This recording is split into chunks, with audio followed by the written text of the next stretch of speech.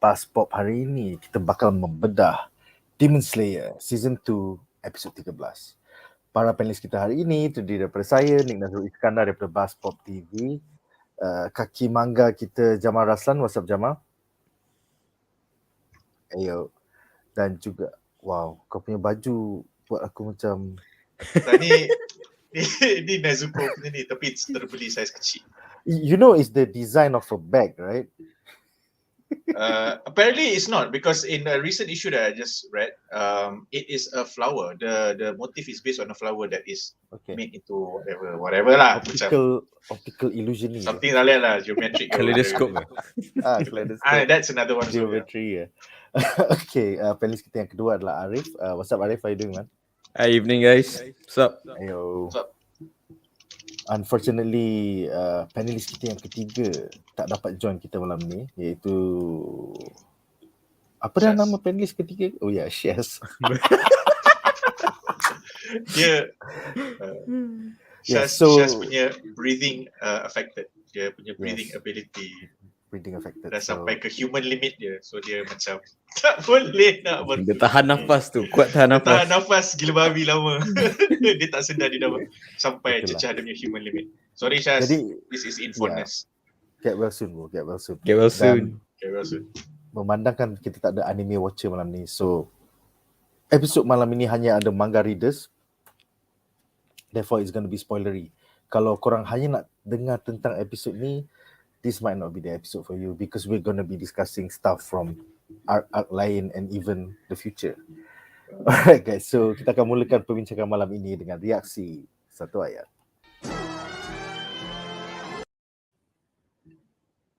Alright, so reaksi satu ayat aku adalah, pada aku this is the most beautiful battle yet in Demon Slayer anime lah.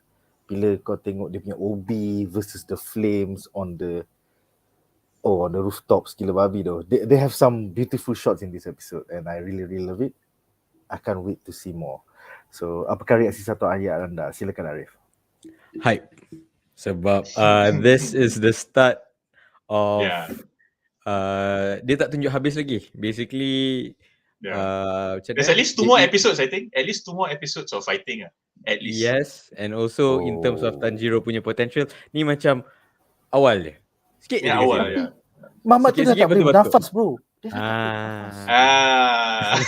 je lah aku cakap. Itu yang seronok macam kita cakap lepas bedah kan, our review kan. Dia cerita ni dia tak macam kan kita nampak tiba-tiba Tanjiro boleh go to dengan Daki ni. Lepas tu kita macam in other anime macam dia suddenly dapat Deus Ex Machina tiba-tiba kan, tiba-tiba boleh lawan, lepas tu boleh sustain pula tu. But in the show dia ada limit. They show the limit. Bukan after the fight dia punya show dia punya limit tu. Dia tengah-tengah lawan, that is typically how human would react lah. It's unexpected and usually at sangat-sangat genting, which is like literally sikit. Kita akan bincangkan dalam segmen. And for people yang macam for sportsmen, for sportsmen lah atau athletes, it's basically adrenaline lah. Like it's something that you can explain, not explain lah, you can relate to, because we understand adrenaline. So macam if you understand the feeling of adrenaline, especially if you played sports to some degree, some high degree, masa you sekolah ke, masa you kecil-kecil atau even now, you will understand the moment your adrenaline is high, your awareness, your timing, your movement is very quick, is very sharp, your reaction times are very fast. It's similar to this lah, even though of course that is not breathing technique, similar to that. Okay, sebagai seorang kaki bangku di sekolah, aku tak faham langsung what the fuck we're talking about. Tapi kita akan bincang. Exercise. Exercise what? Okay, kita akan mulakan perbincangan malam ini dengan babak menarik kita yang pertama. Alright, jadi babak menarik kita yang pertama adalah second win. And kalau korang boleh tengok dekat overlay ni, that's what I mean by beautiful scenes. So, look at that man, look at the OB versus the fires on the rooftop. Aku macam, damn, that's fucking beautiful man. Kalau nak draw parallel from different from the whole season, waktu dia lawan yang apa ni, dia dua. Waktu lawan yang demon yang main bola tu, yang awal-awal, and the arrow Ya, demons tu. Yes. Second Dengan is waktu dia lawan yang spider. the spider demon lah. Yes. Waktu dia Betul. first keluar yang api tu. Under the Moonlight, that was pretty nice as well.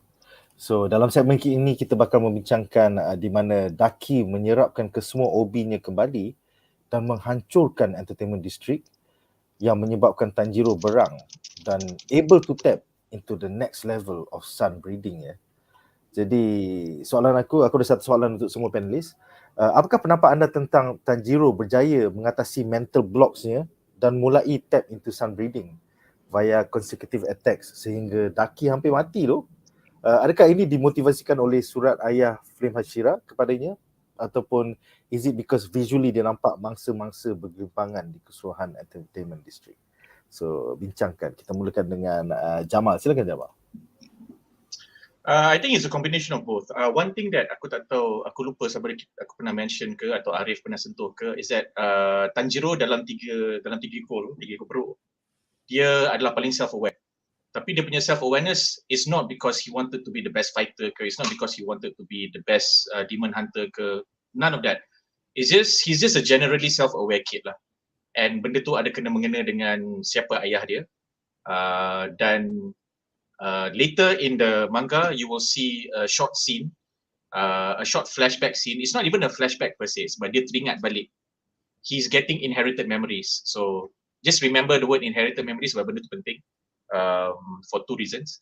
So dia macam teringat bayangan, dia terdapat bayangan-bayangan, kenangan atau ingatan daripada not necessarily his tau. So one of those, dia ada tunjuk ayah dia jumpa dengan the person who might be teaching him, might have taught him the sun breathing technique.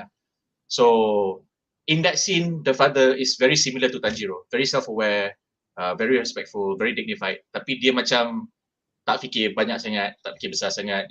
This is the right thing to do, you do the right thing. It's very simple, very straightforward. So aku rasa bila he is in this kind of situation where he's willingly be part of it, and then he undergoes conscious training and all that.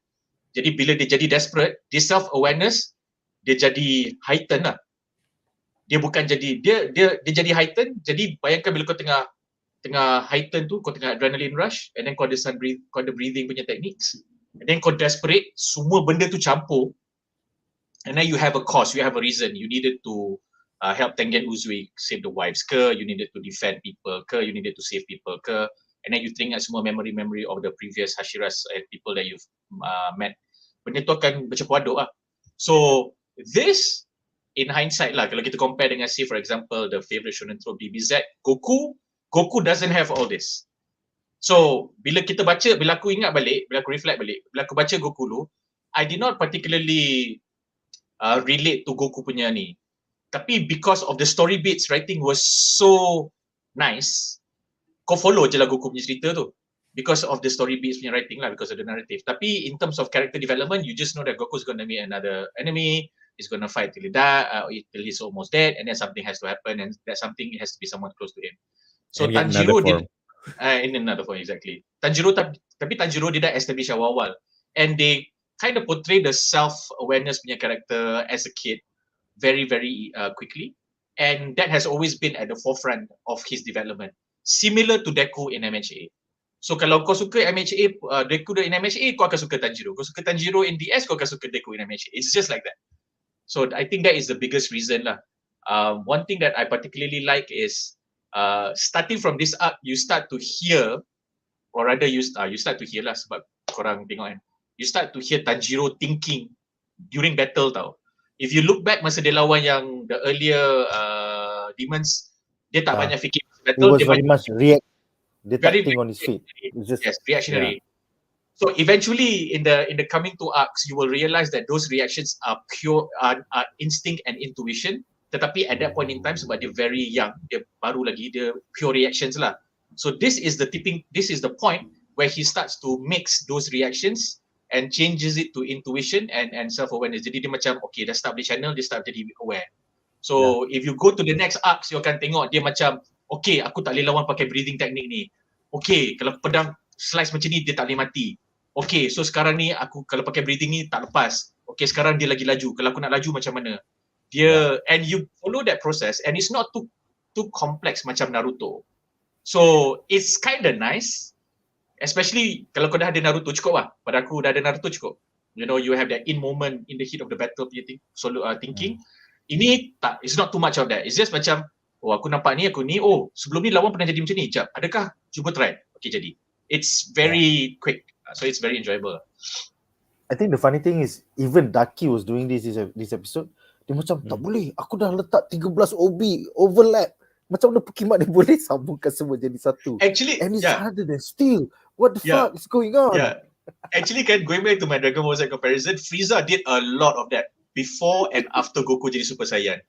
Cuma I think now benda ni dah jadi normalized, and I feel that it is a very, now lah, after reading manga and comics for 20 years, I feel that it's a very consistent and unique characteristic of manga storytelling. Especially they understand panels tau. So to drive you from panel to panel to panel to panel, and then alamak isu ni dah habis, damn it, aku kena tulis minggu. To drive that, they do all these little things. But if you read in American comics, tak ada tau benda tu. Like every panel has to have one big balloon. Or, faham tak? At least one big balloon where they are consciously telling the readers what the characters are saying. Telling, not showing.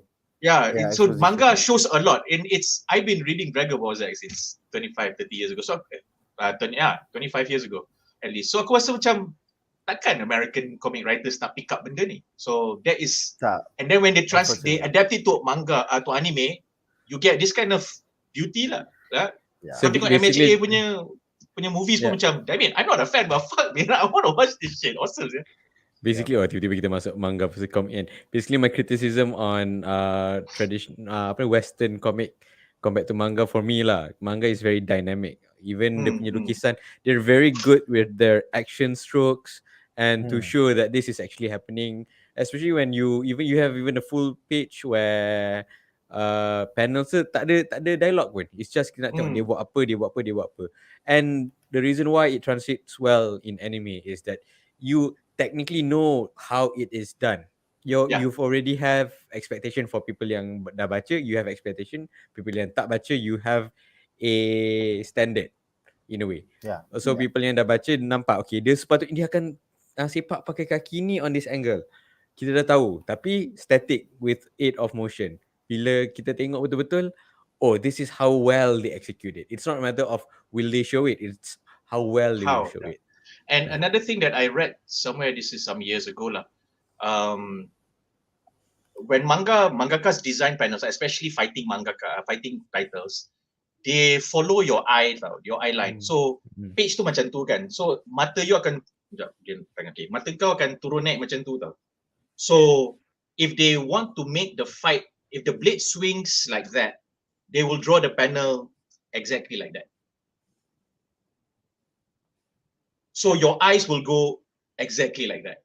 So bila, it's as if it's like, I don't think they plan it, but katakanlah aku nak project, oh aku lukis manga ni sebab one day dia akan adapt jadi anime. The animators macam, oh senang lah, manga tu dah lukis dah, kau just animate je.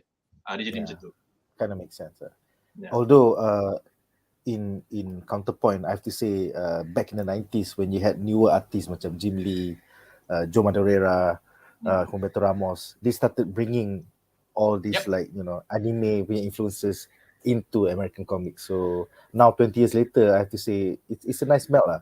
Ada banyak exposition, but when it comes to action scenes, Batman's pretty kick-ass as well. Bila Jim draws him. But one thing aku nak point out is that in those early years, at least 5 to 10 years, a lot of the things that they adopt are mostly stylings, which is great. Cuma, and they Americanized it, which is very, very cool lah to watch. Cuma the paneling tu dia still tak ikut. So what you get nowadays is Quesada loves to do it. Dia akan buat one big panel, tapi that is the only panel kau nampak ada motion through the two pages. So one issue kau akan dapat satu ada dua page macam tu je. But in mangas, obscure manga titles that we don't even know, that we don't know people even read, will have plenty of those. Like benda tu macam fundamental.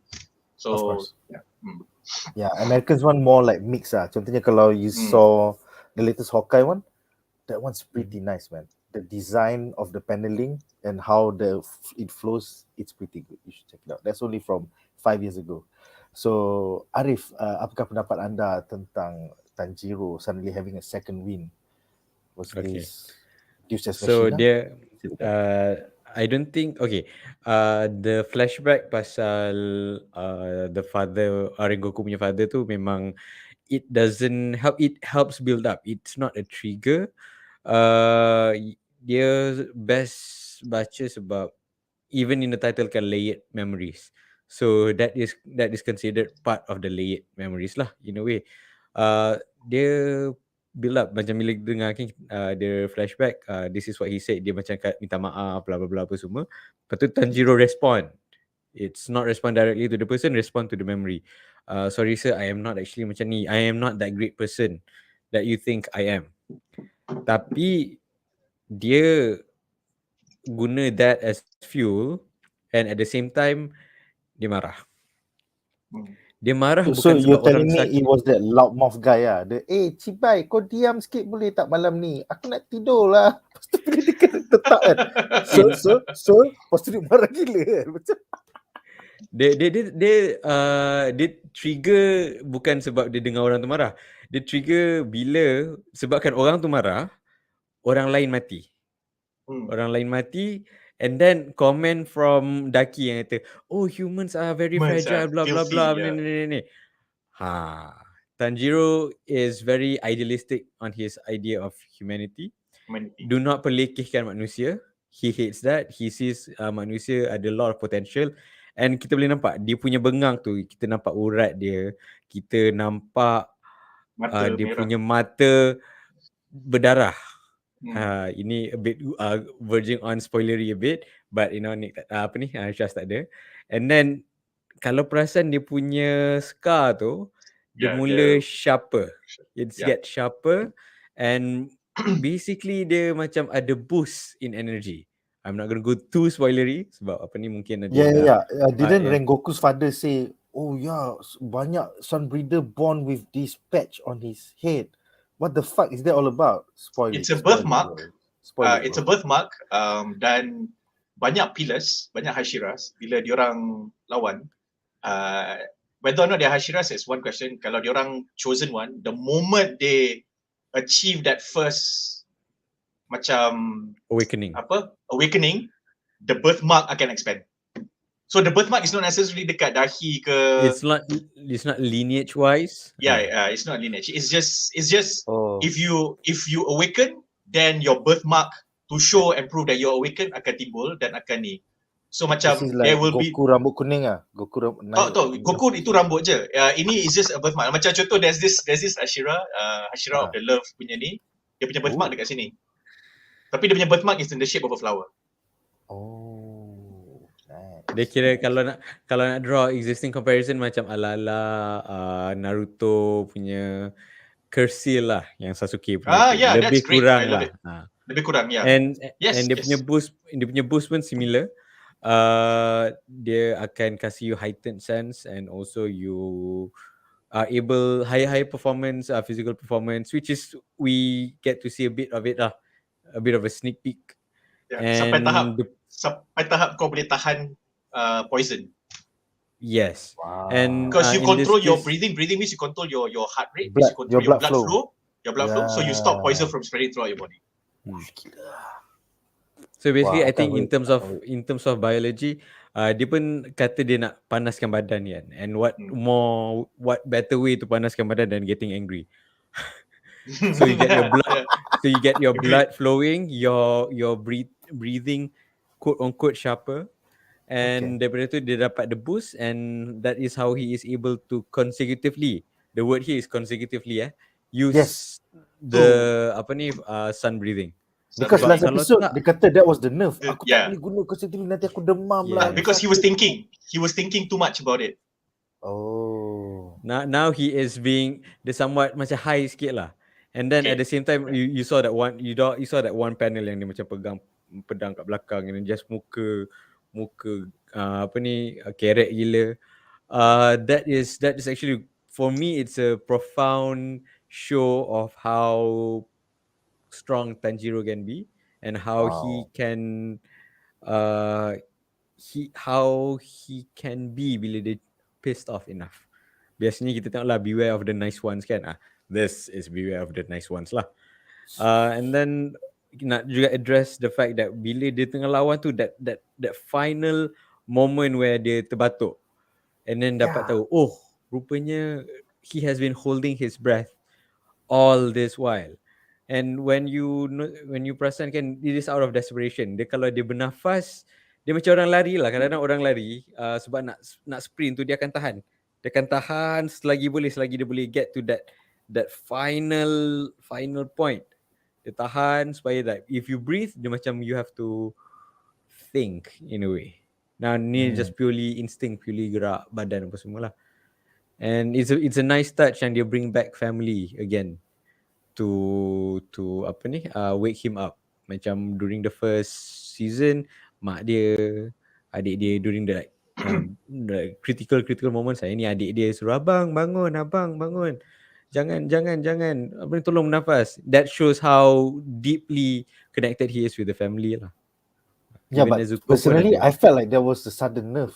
Tiba-tiba Mamat tu nak tetak, nak bunuh dah. It's like, come on lah, find a blow, man. Like, why the sudden nerve?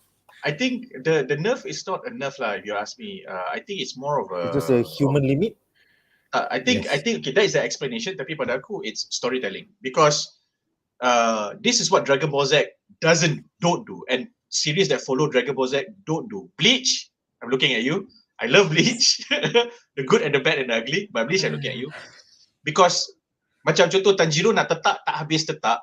Like, how can we accept before the fight, during the fight, and at that critical moment, dia memang tak boleh. And his pure desperation, his pure instinct. And then because of that, he awakens. So dia boleh tetak. Takkan Daki yang dah hidup 70, 200, 300 tahun tu can lose to that moment of inspiration when Tanjiro hasn't gone through the necessary amount of training. That's the overlay, by the way. That overlay where he loses his breath. It's like yang the last part kan. Dah sampai kat tengkuk lah. Betul. So basically the storytelling is that if the mangaka follows that expectation, okay, Tanjiro tetak Daki, then it everything that has been built up crumbles. Or the mythical or legendary effort of Tanjiro lah, kau kena desperate je ke kau boleh bunuh demon. Jadi kalau macam tu kau tak lagi training kan, kau lawan demon je lah. Contoh satu. Dua lah, Daki, kau makan berapa tahun, berpuluh-puluh tahun dekat kampung ni, dekat distrik ni, lala kau mati macam ni je. So he needed to know where his limits were. So the limit plot armor for Daki. Nah, it's not plot armor. It's basically, I wouldn't say it's plot armor. So basically bila dia nak tetak tu, he is not at its peak enough to beat Daki, but it is enough to injure Daki. So bila dia nak buat benda tu, so dia tak lepas habis tu, and then dekat bila dia ada that moment of delay or hesitation, kenapa tak habis tetak lagi ni, kenapa tak boleh lagi ni, because of that delay he had time to think, because of that time to think then he had realization, because he realized then dia teringat dia tak exactly abang kena bernafas and then ni. So it makes a lot of sense, and while not cheapening his character growth and not cheapening Daki punya setup. So I see it as partly that also lah. And not having it as an ass pull. Tiba-tiba macam, Mamat ni is another Goku yang tengah-tengah lawan, sikit lagi nak mati, power up. And then he says, okay, this is important tau, because in the next two arcs, there will be a couple of moments. Actually, there will be this one moment lah. Tanjiro meets a person, meets a swordsmith. I'm just going to say that, meets a swordsmith. And then the swordsmith dalam explain the scene, dia akan cakap, Tanjiro, kau dah berjaya, kau dah pernah ada experience lawan Upper Moon. So bila kau lawan Upper Moon, that is like a lot of experience that you can only gain in like 10, 20 years of intense training.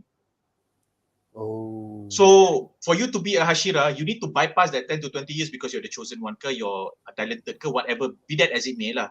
So my point is that kalau Tanjiro boleh overcome so kalau dia tak dia macam tu. So kalau dia boleh tiba-tiba macam tu menang je, dia macam then you get another DBZ lah. Okay, and then Goku, korang perasan tak, lepas dia jadi Super Saiyan, dia tak pernah ada struggle macam mana aku nak jadi Super Saiyan balik ah.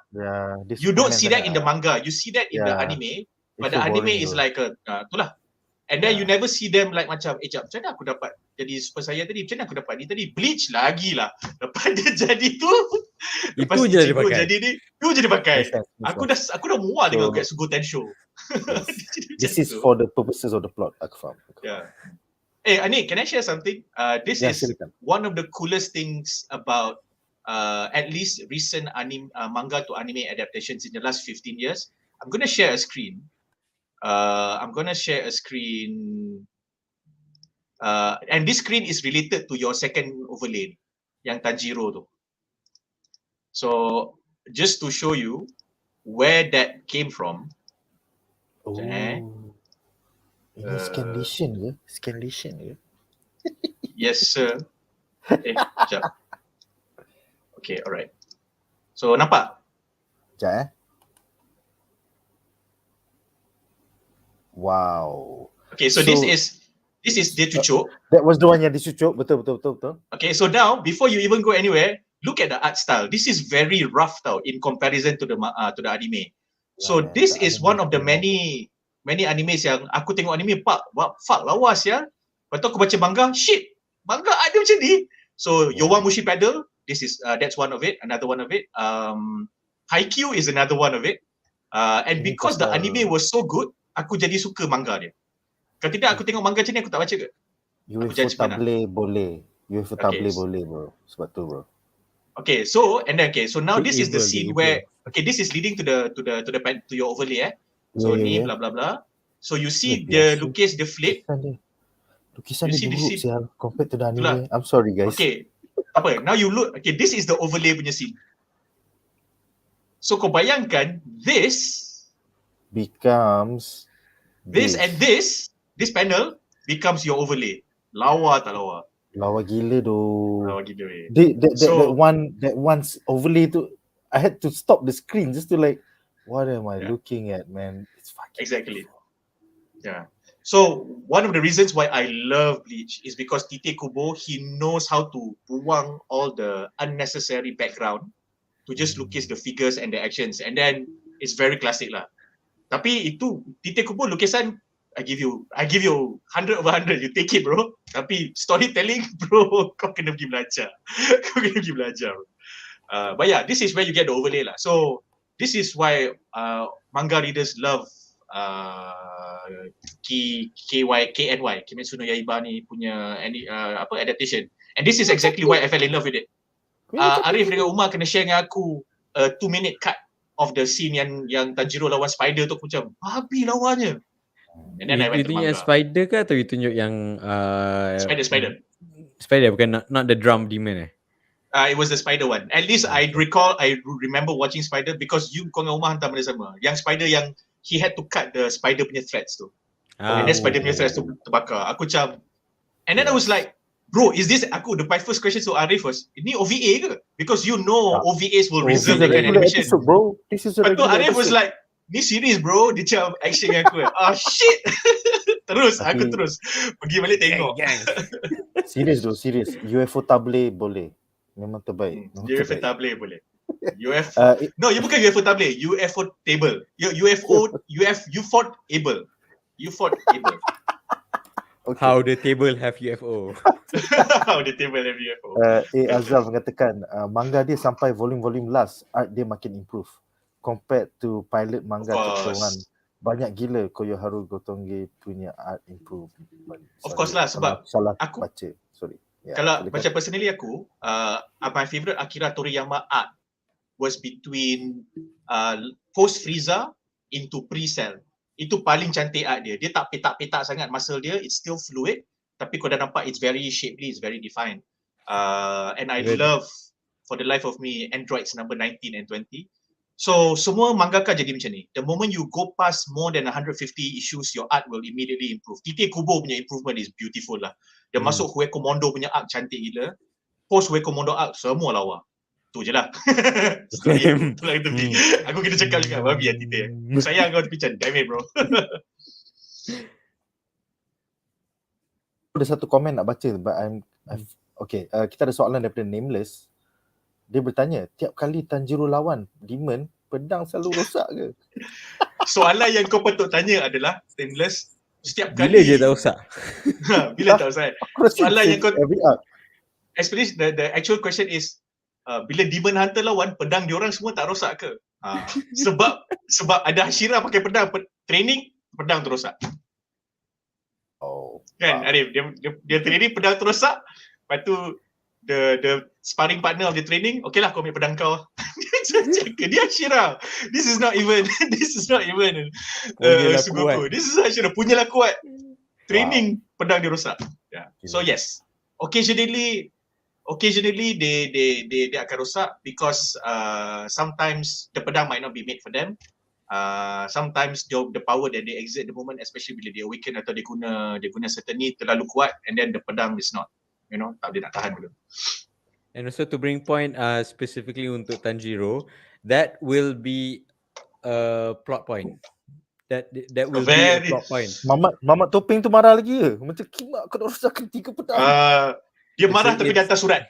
Dia marah tapi dia hantar surat. Oh. Kalau kau tengok surat tu nanti aku tak tahu if you're gonna get the anime adaptation anytime soon. Tapi dia maki dalam surat tu, the escalations lawak ah. Sebab escalations dia macam fuck you. Terbaik. Ada macam 4-5 surat. Macam rosak lagi pedang aku, babi aku tak nak buat pedang untuk kau dah. Fuck you. Pedang aku rosak. Fuck you, buat malu je aku jadi seorang semil. Fuck you, aku macam lawas. That is the plot point lah. Lepas tu, that arc is awesome. That plot point akan That bring is, like a whole different arc yang memang. If you think this is that betul lah Ariff cakap. I'm not gonna. Itu aku tak nak spoil. Itu berbaloi siap. Akan hype up dia punya the next. Probably I think it's the next arc lah. The next arc. It's the next arc, yeah. It's the next arc. So Aku cakap 2 arc. Season 3 kan? 3 lah. Season 3. Yep. Season 3. Lagi 2 Season tahun. This is the will be only like- arc. This is the remainder of the season memang just this arc je. Yeah. Because season Still banyak lagi 18 benda nak episode. tunjuk. Yeah, Yeah. betul. Season 3, Sekarang if and when it happens, is gonna be fucking awesome. You're in for a ride. I can tell you that much. 2 tahun. The dia demons are more sadistic. The fighting is just more insane. Man. And then Nezuko MVP sial pada aku lah. Wow. Maksudnya by the time siri ni habis, kita dah umur 50 bro. Tak ada macam tu. Apa ni? Sorry, saya still 40 Will I still sial lah. have this hairstyle pakcik umur 50 tapi hairstyle macam bangang kan? We'll see. Nanti kan Ariff, 50 nanti. Ariff, rambut Nick jadi macam Genya punya rambut. I didn't get a reference but yeah, I'll Google it up. In the next arc, since season 3 you will see Genya balik. Alright guys, so dengan itu berakhirlah segmen ini dan kita akan membincangkan topik menarik kita yang kedua. Alright, jadi topik menarik kita yang kedua adalah tentang layered memories. Kalau kau tengok dalam overlay ni, kita ada Tanjiro tengah marah gila. And then dua memory daripada the past. Satu by Daki, Lord Muzan, dan satu lagi Tanjiro's own memories. So I guess that's why episod ni dinamakan layered memories. Layered memories. Di mana di mana ketika diancam oleh Tanjiro yang berang, Daki berjaya tap into some ancient memories kepunyaan Lord Muzan. So satu soalan untuk dua panelis. Pada pendapat anda, adakah past memory yang dijumpai oleh Daki daripada DNA Lord Muzan ketika diancam oleh seorang Sunbreeder is actually the first Sunbreeder in the whole world? Ataupun adakah itu ayah kepada Tanjiro yang sebenarnya seorang Demon Slayer secara rahsia? I don't think that's the father, man. That does not look like the father. Dia tak ada shaggy do pun. So, Bapak Tanjiro yeah, rupa sebiji macam Tanjiro. Itu je aku boleh cakap. Sebiji. Okay. And So, Jamal? this is okay. Sorry. Ari, aku bagi Ari. Apa Ariff, silakan Ariff. Okay, okay lah, since it's not really much of a spoiler, taklah spoiler sangat pun. That is the first fact. I'm not divulging any biodata ke apa, just a general punya statement. That is one of the first Sunbreather. And kalau tengok dia punya trauma tu, macam dia cakap lah, this is not my memory, I've never seen this guy before. Dia lebih kurang sama macam animal instinct, genetically coded fear, yang kita tahu instinctively benda ni bahaya. Something tu lah. This is probably one of the few times Muzan rasa diri dia terancam. Bayangkan And someone is Muzan is very what, 1,000 years old? Muzan is thousands 1,000? years old. Tak tahu specifically berapa. I think 1,000 ke 2,000. And Bukan minggu lepas punya bedah dia orang cakap dekat 3,000 ke? Ke aku yang salah really, ingat? tak ingat sangat. But in the 1,000, not multiple thousands, but Okay, well over 1,000 1,000 years old. Sorry. Okay. And the core has been around for what, 300 years? Yeah. Yeah. No, 3,000. No, Demon Hunter 300. Core. Ah. 300 je. So if this was Because the it's first, because the story kan Sengoku era. era. Sengoku kan dia start dari Sengoku era. Sengoku era is 300 years ago. And So this is Taisho. Okay. so yeah. Okay. So kira this is one of few times dia terasa terancam, yang dia betul-betul sampai dia terancam tu dia dengar je Tanjiro pakai that sort of earring, terus dia dispatch semua untuk bunuh kan. Which is funny lah juga sebab Muzan kan kita tahu very egoistical, very tak kisah, narcissistic. Lepas tu that one of the few times dia rasa true fear for his life. Dia bukan bapak dia. Safely to say bapak dia is a peaceful man. Tanjiro belajar pun bukan bapak dia ajar. Technically they just follow a dance from family to family. So technically diorang tak diajar pun any of the sword fighting. Sebab tu dia tak a natural in becoming a Is demon this like slayer. some capoeira shit? We are slaves, therefore we must hide our martial arts within our dancing. You can say that. Yeah. In some ways lah. In some ways. Dia macam kita punya pencak silat pun ada juga, macam kita punya Chinese punya wushu has become not a choreographed punya art, but it all boils down, it all came from something yang very organic lah, very true. So what happened to all the sunbreeders? Why did they all die out? Just a little spoiler. Continue in season 4. To season 4. But just a little spoiler. Relating to Tanjiro punya father and how he encountered sun breather. He asked the sun breather, you're an important person, you have a very strong ability, you should teach people your ability so you can save other people and protect. Pass it on. Yeah. Pass it on. And then the sun breather declined. Dia kata macam, I am not worthy of doing that. What? I cannot do that. So blah blah blah blah blah blah blah blah. Adalah. So lepas tu baru Tanjiro punya father eventually learn whatever he picked up from the sun breather and then maybe put it into the dance or apa benda lah. Spoiler with or without spoiler, yeah. But yes, that was the need. So it sort of like hints at the sun breather is a tormented soul yang diorang tahu, yang mungkin tahu diorang pegang a very important lineage, tapi macam it's partly a curse because the moment you have the sun breathing style, you go down that path, then you realize there is no happiness for you in your life lah. Okay, soalan seterusnya, soalan spoiler. Kalau you already had sun breeders 300 years ago, why the fuck couldn't they beat Lord Muzan?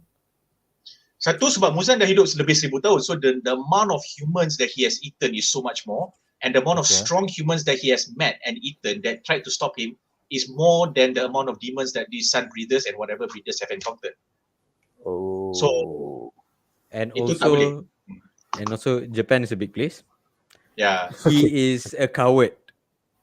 So dia kejap akan lari. jadi budak, kejap jadi awet, kejap jadi Michael Yeah. Jackson. Fuck off lah. So memang point dia, Muzan is trying to be, dia tak nak risk. Self-preservation so sangat tinggi. So dia akan That's how lari. he got to live to 1,000. Yes. By being a bitch about it.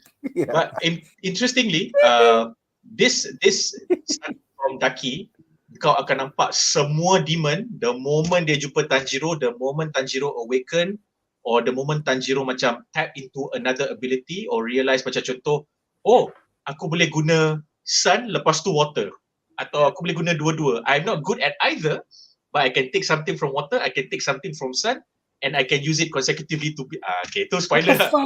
Yeah, it's Wait, pretty are you good. telling me from future arcs onwards, is it just Yeah. gonna be a sun breeder, or is it gonna be a sun water No, breeder? in the upcoming text to arcs, he's not going to be that. Dia dah happily accept, I am not a good water breather, I am not a good sun breather, but I know what I can do, so I will do whatever I can and mix them up as much as I can in order to deal with the fight.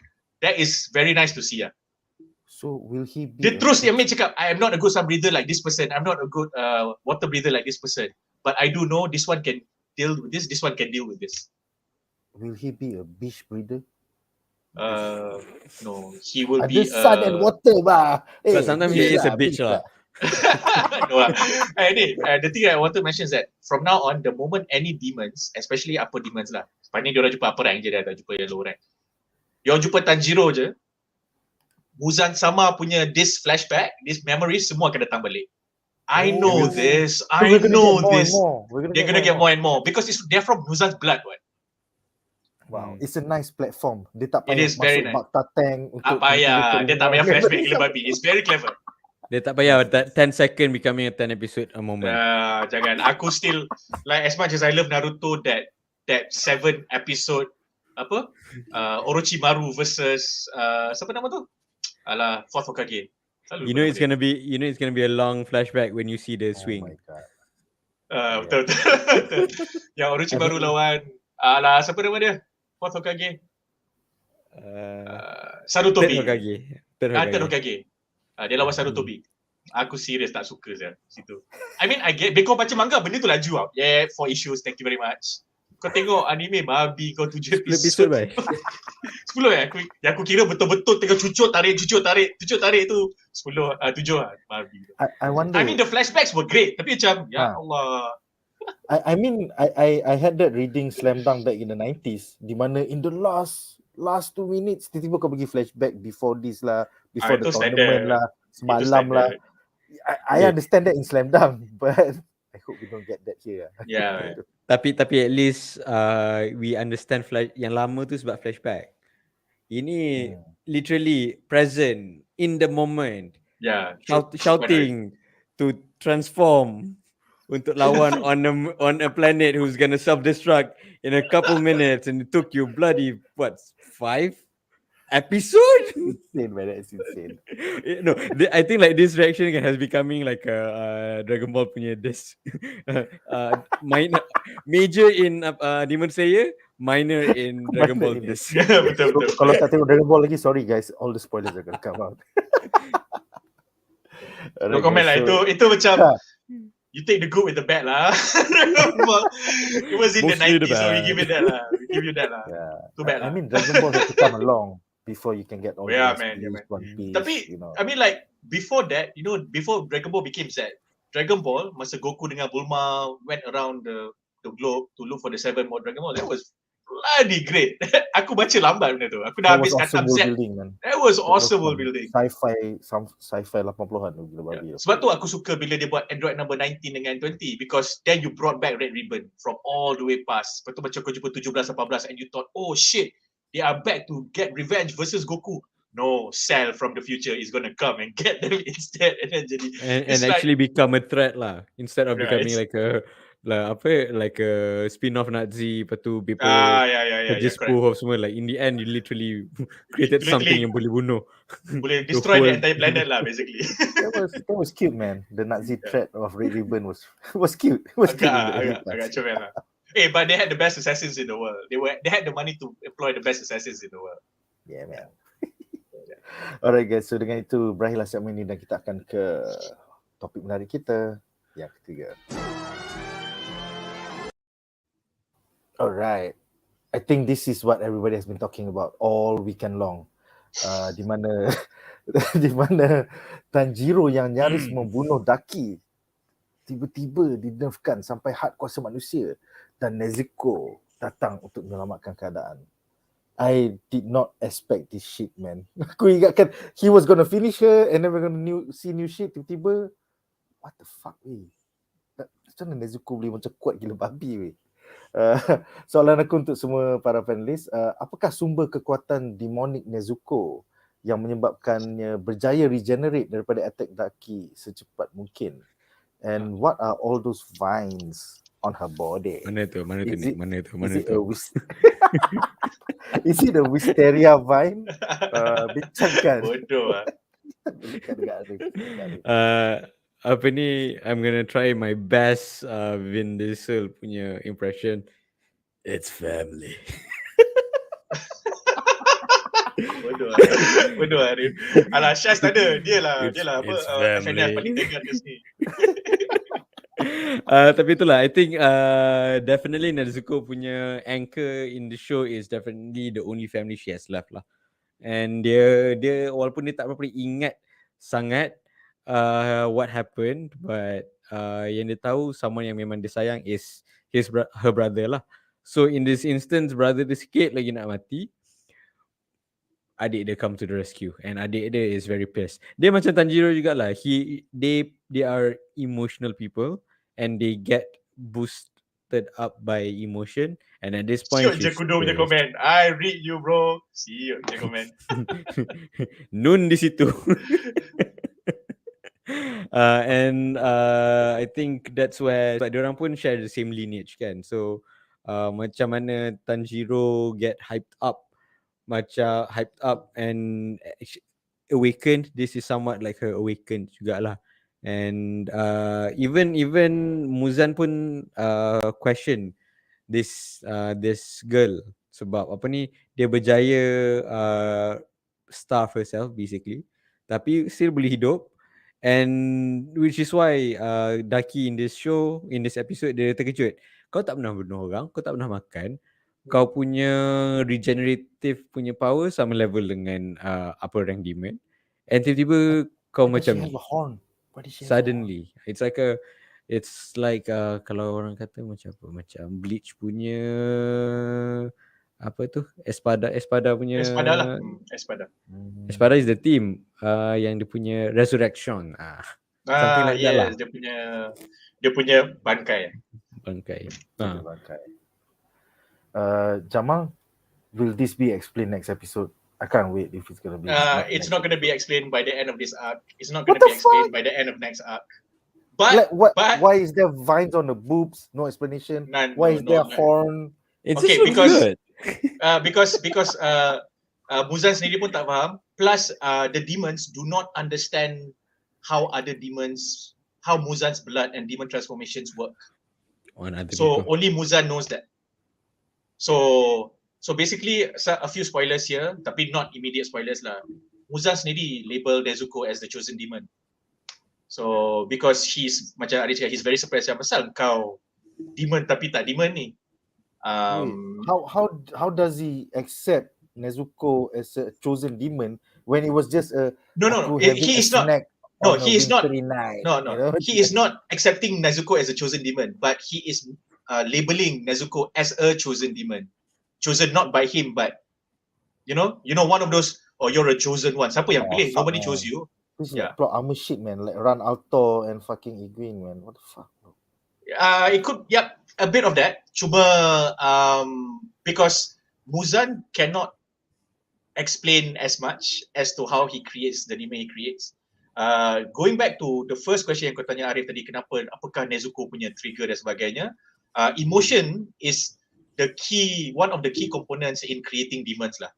Kalau kau tengok semua demon punya flashback just before they die, everything, the genesis of their demon shit or demonhood rests on very strong emotions, and resentment ke, anger ke, regret ke. Daki was a loser. The spider was a loser. Okay, Daki is not a loser. You need to wait for like 8 more episodes. Kau tengok Daki punya ending. It redeems her. You remember the MHA episode when they did the flashback of the guy yang ada tangan lepas tu pegang orang tu dia disintegrate. What's his name? Siapa nama tu? Shigaraki. Okay. So everybody loved that episode kan? Everybody was like, shit babi sial. Orang yang dah baca manga know that was coming lah. Tapi kalau kau tak baca manga kau sedih kan? So Daki punya story similar.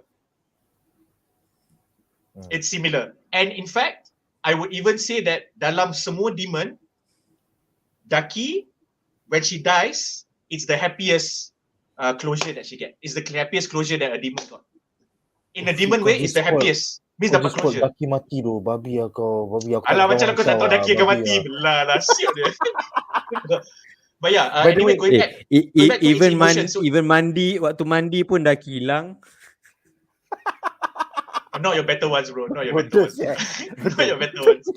But Syaz anyway, tak going back to ada. the emotions, Syaz tak ada. Going back to demons, emotions is a very strong element in their genesis. Jadi it's a catalyst. Jadi bila in many demons that you will watch later on, bila dia lawan, the moment they transform to bigger and better versions, and the next arc when you see it, the demon is fucking awesome. It's just there will be 3 demons, 1 demon will be fucking awesome. Semua use emotions to drive that transformation. Semua use emotions to drive their fighting. Daki uses emotions a lot, and then you will see why in the next 3-4 episodes. When it happens, you'll go like, oh shit, that is why this entertainment district is the first arc yang macam, okay, shit's gonna get serious, you're gonna be hyped. Sebab you tengoklah lagi 2-3 episode, you tengok apa jadi dengan Daki. So emotions is very strong. Some callback to why she hates ugly people. Oh yes. At the very end, yes, definitely. Okay, cool. Definitely. The thing with Demon Slayer is it's both a shonen and also a psych 101 class. Wow. Semua demon ada isu dia. Ada isu dia. Lepas tu the only shrink they got was Muzan. Instead of like a proper shrink, they got Muzan. Hey, actually, in all fairness, they never got a shrink. And then when they spiral, Muzan was there. And then Muzan was there, you know, bro. Taking advantage of them. Okay, you're down in your luck. Your life is fucked up. Come, I will make you. Sometimes yang celakanya, it was not even Muzan. Sometimes it's not even Muzan. It's Muzan's then higher rank, upper rank demons yang macam, I took a fancy to you. Come. Macam babi . But it emotions are like that villain Shigaraki punya master. Yang one for all. Tapi beza dia all for one, dia tak ada macam dia terbalik dengan Muzan. He has a huge vision with regards to being villain lah. Muzan is just he's Magneto, that's great. Muzan is just probably I don't know, Mr. Sinister. Oh yeah, man, Muzan is Mr. Sinister. Perfect, bro. I will refashion you and give you strength. And I'm just happy in my lab creating a techno-virus for shooting. Tu bodoh lah. Okay, so you were saying banyak memories. So is that why we got a flashback of masa mak dia mati, adik-beradik dia mati, and then tiba-tiba daripada under the rubble, fucker like stand up, new limbs, and then that was vines. Actually, I'm not even going to say it's plot armor tau, because from the very first episode, the reason why she did not convert was because she realized it was Tanjiro. So in the coming arc, I don't know if it's this one, tapi there might be some flashbacks. But in the coming arc, you will see a lot of flashbacks when Tanjiro lawan. Lepas tu dia akan teringat balik the moments that he had with his sister and family before that very night. So adik dia akan cakap, abang ni macam ni lah, and then Tanjiro akan cakap, aku tengok dalam movie stream aku dah nangis bila jumpa balik family ni. Yeah, so they will talk about that. Meaning it's not just Tanjiro towards his family, it's his family towards Tanjiro as well. It's between them. So an explanation aku give is mungkin bila Nezuko nak mati tu, dia macam, thank God my brother is not here tonight, because he would have died. Yeah. And if Tanjiro can come back, or Tanjiro is back, I hope he will not die to the demon. I hope he will not die to the demon. So that could be one of the very last things that she remembers. So when Tanjiro comes back, and then dia lawan, and then macam dia teringat benda tu is Tanjiro and then ni. Tapi Nezuko punya spoiler towards the end of the next arc is, aku macam asal tiba-tiba aku rasa Nezuko macam Super Saiyan ni. It looks like it. Tapi itu gempak. Dia set up celaka. Aku as reading the manga macam no, another person is going to die. Fuck it. Oh shit. Dia jadi macam tu. Nice. Betul. Alright, dengan itu berakhirlah 3 babak menarik daripada episod minggu lepas, dan sekarang kami bakal membincangkan harapan kami bagi episod minggu ini. Sorry. Aku lupa episod ni Tengen Uzui tak lawan lagi. Aku macam sebab tu kata overlay ni. Dia on the way. Sebab aku revisited the manga, so it's still fresh in my memory. Macam Ariff dah warning, dah bagi tahu dah, semi spoiler, soft spoiler. Nobody gets out of fights versus upper rank demons without a cost, without losing something. So Except for Tanjiro and the Three Stooges lah. Okay, so Because they So, got yeah. plot armor. They got plot armor, man. Actually, betul. maybe not yet lah kot. Aku rasa at this point sebab diorang bukan Hashira, so diorang don't lose a lot. Hi Wan. Hi Wan, Anyway. Shalom. Itulah, aku fikir benda sama kan. Dia datang. Aduh. Dia datang.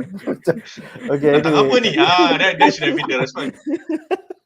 Nothing ni. So anyway, judul musim kedua Demon Slayer episod 14 minggu ini adalah Transformation ataupun Handbow. Adakah ini referring to Daki transforming into her ultimate version ataupun Nezuko leveling up lagi? Come on, give us some hints, man. Dua. Malam ni, we can spoil, man. Both. It's both. Daki punya transformation aku tak boleh spoil. I mean like if I spoil that shit, Ariff akan berajuk dengan aku 2 bulan ke. You need to experience. You need to the experience moment. it. It's like You need to experience listening to the first beat drop from your new favorite metal band macam. Okay, Oh, selama aku tak shit. cakap drink. But I can promise you, Nick, it's fucking awesome. And after you think this is fucking awesome, and then you go to the next side, it's even more fucking awesome. Maksudnya aku boleh screen cap lagi banyak beautiful shit. Yeah. Hell yeah, man. In fact, yang kau overlay yang kau screen cap tadi tu, kau ingat lawa, you wait lah lepas Daki transform. Kau tengok some of the moves yang macam how are they gonna actually do this? And then kau tengok Tengen Uzui buat apa. And also kalau siapa yang a bit perceptive dekat opening adalah sikit spoiler. Ya, ada. Spoiler, I noticed dia punya openings quite spoilerful jugalah sebenarnya. Because dia adapt benda ni lepas lepas manga dah habis. Yeah. So it's faham tak? Dia macam the non-manga readers are not going to be able to guess what it is. Yeah. Kan? And then for the manga readers yang macam, oh shit, I see it. Aku nak tengok colour. That's all I want to see. I want to see colour. In fact, I just want to see all the colours of all the demons from now on. Sebab Daki is I'm surprised with the colour. Kan? Daki punya colour memang I did not expect her to be pink. Pink, purple. What is this color sheet? Sebab dalam bila kau baca manga, It's black and white. 90% of the time it's black and white. Yeah, Black and white. And then when you get the full color spread, you rarely get the demons in full color. So sometimes only lah you get bonus pages yang it's in color and you go like lah ini ke color kau sebenarnya. So you don't have enough to see Daki in her current animated adapted form. So bila you see Daki for the first time, kau tengok dia punya OB tu dia macam fuck lawas ya. And then kau tengoklah daripada transform nanti apa jadi. And kalau you consider yang this is during the Taisho era kan, basically in the middle between modern and ancient Japan. During this setting selalu kita tengok colour dia very natural, very toned down, gelap. Tapi when we look at this show with this setting, colour dia very warna-warni. Right. That's a good Kalau point. tengok siapa yang suka menangis ni, yang electric Zenitsu. Who in Japan wears a bright yellow dengan rambut kuning shirt, dengan rambut kuningnya. Kau jalan dekat Bukit Bintang tu mungkin kau tak akan terkejut lah. Kau jalan dekat Bangi memang macam mamat ni anak siapa. Actually rambut color kuning adalah sesuatu benda yang didiskriminasikan, yang menjadi diskriminasi tumpuan diskriminasi dalam cerita ni sebab ada satu Hashira dia kena reject, dia punya arranged marriage kena cancel. Sebab apa? Kau punya rambut color pun tak betul. Dalam kau macam ni. Rambut kau color macam ni. Tak jadi kahwin dengan kau. Kau jangan, aku dah tak kedai kau dah lepas ni. Kita cancel. Wow. The first cancellation of the series. Betul lah. Tetapi disebabkan cerita itulah dia menjadi Hashira yang berwibawa dan penuh kasih sayang. Dan penuh kasih sayang betul. Dengan pedang yang sangat pelik babi betul. And very creative Power. But I look forward to whatever you're talking about. Itu next season. You will forget it but yeah. So no, buat Nick macam ni macam this is going to be my shit. Because Nick is already in. So kalau Nick dah okay sangat dengan Entertainment District ni, I can't imagine when he sees the next arc when he's going to lose his shit. Macam, wait, apa benda ni? What the fuck? Yeah man, I can't wait. Alright guys, so dengan itu Jamal? Oh, tak, I wanted to say something to Ariff sebenarnya. Yang in the next arc, kan dia ada 1, 2, kan dia ada 3 demon. Well, it's actually 2 lah, I think. 1, 2. Yeah, it's actually 2. It's actually 2. So, the second demon, yang pot tu, teringat, he reminds me of Kurotsuchi. Is it Kurotsuchi? Is that the name? Yang dalam Bleach, yang scientist, mad scientist tu. Kurotsuchi. Ya, Kurotsuchi. Kan, Betul. kan Kurotsuchi kan nama dia. Yang mad scientist yang dia punya bangkai Yeah. adalah, I'm gonna slow down time for you. So, No. even though That's not his bangkai. That's not his bangkai. Oh, that's His not bangkai is simple. Oh no, his bangkai is a big Shika and baby. bangkai Yeah, it's a Yes. big baby. Yeah, that was his poison poison. lah basically. Dia punya poison. So this other demon reminds me of him juga. Faham? Sebab dia artis-artis itu. Yes. Alright, so kita ada satu soalan daripada Dan the Gamers before we log off for the night. Aku nak tanya satu soalan untuk panelis. Nezuko umur berapa? Kata umur 12, tapi ending episod ni kemunculannya tak nampak macam umur 12 pun. Kemudian Kudo menjawab 14-year-old. Yeah, what the fuck? What's up with all the boobs and the vines, man? Come on guys, you gotta tell me. What's up with the boobs and the vines? Okay. Puberty. Aku rasa itu adalah art style more than anything else. Chronologically her age is 14, physically her body size is 12. Tetapi given that demonic. I don't know, tapi given that in the past people got married younger, it could be that things were different lah. Itu je lah. Means their hormone levels were very much different 400 years ago. And considering Nezuko can shapeshift basically from younger apa semua, so it's more imperative of her power lah kot. Let's just say okay, so let's just say she hulk out lah. She hulk out lah probably. Let's just say that the issue here is not the age but the size, and I guess we can attribute that to how well she regenerates. Size apa Jamal? You know, of her character. Oh man, that's so bad. Size of a character, yeah. I'm not gonna beat around the bush. Guys, do not focus on that thing. Alright, do not focus on the breasts. It's 14-year-old. It's just the manga, it's just the anime style. That's just it. Say it out loud with your small chest. They just cannot draw small boobs. I don't get it sometimes. They just cannot draw small boobs. I don't get it sometimes. Nezuko nampak Jack. Yes. Oh yeah, she is. Oh, she is. Yeah. You wait nanti in the next 7 episodes. How Jack she is, man. And nanti bila dia keluar the blood demon art tu. God, I have a very inappropriate joke. Never mind. Alright, guys, blood demon art tu nanti dia akan combine dengan abang dia punya pedang to become what the fuck? Okay, yeah. we wait. Masa aku baca tu aku macam apa pasal dia? Oh shit. Alright guys, so dengan itu berakhirlah segmen kita malam ini. Terima kasih kerana menonton guys. Terima kasih juga kepada para panelis kita, Ariff dan juga Jamal, Kaki Manga. Apakah pendapat korang tentang episod malam ini? Kalau ada apa-apa soalan, tell us in the comment section below. Itu saja untuk minggu ini. Join us tomorrow untuk Book of Boba Fett episod 3. Aku tak tengok lagi. Dan malam Jumaat nanti The Batman, The Bat and the Cat trailer breakdown. So, The Batman. I'm Batman. Yeah, Batman. So that's all for now. Jumpa lagi di episod-episod yang lain. Majulah fandom untuk negara. Bye guys. Bye. Good night.